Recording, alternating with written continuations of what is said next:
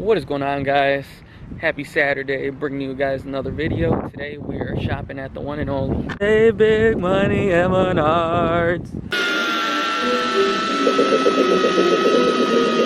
Alright, looks like I'm gonna get these right here. So they're 1 inch in length, 5/16 hex. Go ahead and get these. It looks like an 8 or a 7, so let's go ahead and check another aisle to see what they are. Alright, just went ahead and picked up those self-drilling screws. Spent $6.36, but I had mail-in rebate, so now I got 29 bucks left. So let's get back to the crib. Alright, y'all, we are currently under the car. We're gonna go ahead and take off this clip right here, followed by a Phillips that is right on top. So you'll go ahead and get your flathead, and it's gonna be the same on. Trying not to burn myself over here since just got back home. Just take off this clip. Should be easy.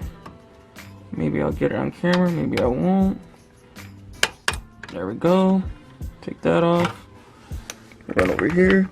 So just like in the last video I did, you need a little stubby Phillips. So go ahead and take this off. So let's see how hard. Oh, wow. That is not on there at all.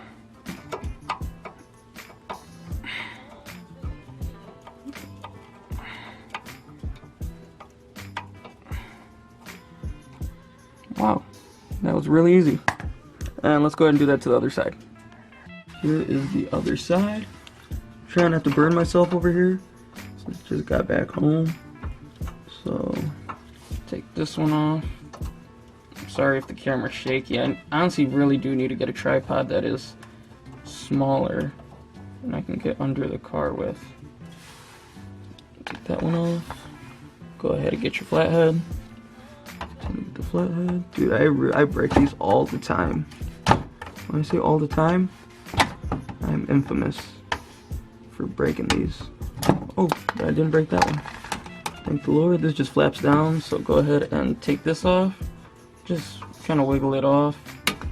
Boom. Comes right out. So let's go ahead and get those self-drilling screws and drill them in. Okay, so what I'm going to go ahead and do now is you're going to want to flex this up and drill in your screws. The ones I bought were 8mm, and these are actually a 6 point. If you don't have an impact, you can go ahead and get ones that are Phillips. Like I said, it is optional, whatever you have or whatever's easiest to you. So let me go ahead and get the tripod set up so you can see that right now. Safety first, ladies and gentlemen.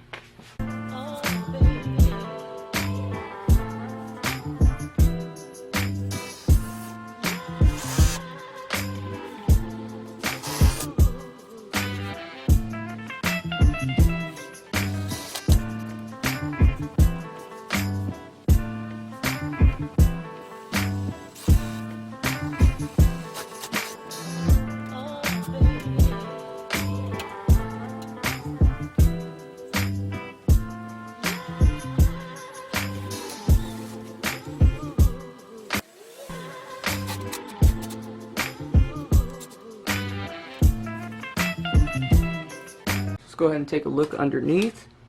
1, 2, 3, 4. That's what they all look like. And here's what it looks like from the back. And that way you don't see the little cutouts where it used to be dual exit. So I hope you learned how to do a bumper tuck. This was done in less than 5 minutes, but I did have to run to the store and whatnot. Yeah, nice and easy, something you can do, cost friendly, and especially if you have a single exit. It looks a lot better than having the 2 little cutouts from OEM. So yeah, I'm out here, parked up. If you guys want to take a look at the Z real quick. Here you go. That's what it looks like from over here. From the bottom. You can't tell me that doesn't look a lot better than what it was. And guess for how much? $6. And this isn't an expensive mod or anything. It didn't cost $200 to change the bumper or anything, you know. It's not what the channel's about. I never made the channel for, you know, to get big. I mean, everybody wants to get big, don't get me wrong, on YouTube, but I never made the channel for the most expensive parts. Then again, I don't have the money for crazy expensive parts like TEs. Maybe I want to throw some Meisters. Nah, we got 03 stocks that are rattle canned. That's how we're doing it. The car does look a lot different. I've had the car for about like 2 years now, I think it is. I bought it in June of 2018. It was for my 19th birthday, I think it was. My first car.